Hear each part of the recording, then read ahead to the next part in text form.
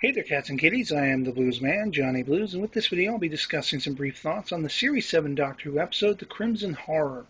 And I have to say, I actually really enjoyed this episode. I mean, from beginning to end, I thought it was just endless fun, and a Victorian romp, if you will.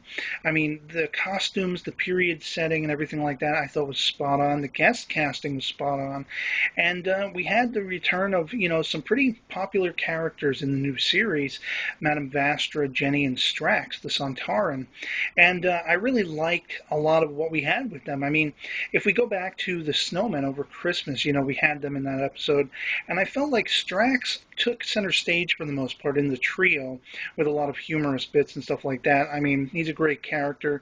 The line delivery is just fantastic. I love that character, but I was really happy to see that we actually got something different in this episode, whereas, it was supposed to be Dr. Light, so we're kind of doctorless for the first, I don't know, 16, 17 minutes in.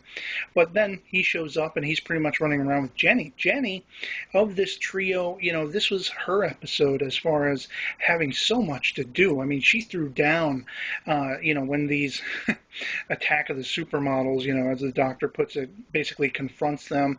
And I was just really impressed with her character. I mean, future companion, maybe? I don't know.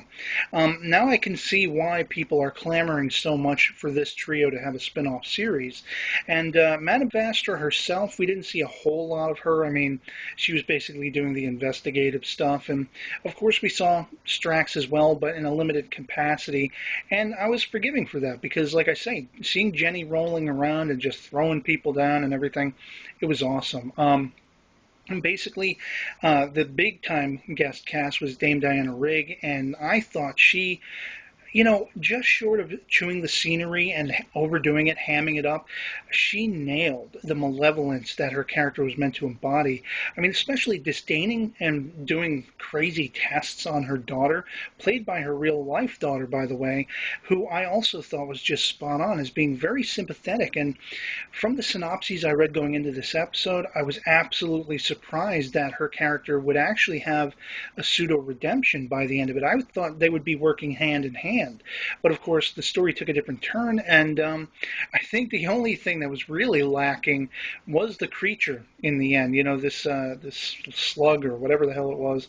I just thought the look of it was kind of comical, maybe not the best creature effect I've ever seen. It was more cute and adorable than it was threatening, I thought, but I guess that's probably what, led to its being useful to begin with. And I just loved the period setting. It looked like everybody was having a lot of fun with this episode. Of course, you have the added aspect toward the end going into the next episode with the Return of the Cybermen, Neil Gaiman's episode, looking mad forward to that one.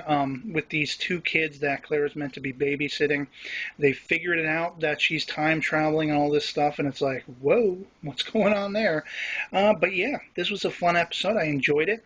I can see some people maybe being upset with it, being that this is a 50th anniversary year episode, and it's like, well, what does that have to do with it? But whatever, I enjoyed it, and yeah, I also love the reference to Tegan, if you caught that one. But basically, I'd love to hear from you guys in the comments below what you thought of the episode if you've seen it. And otherwise, that'll be it for me. So I'll catch you later.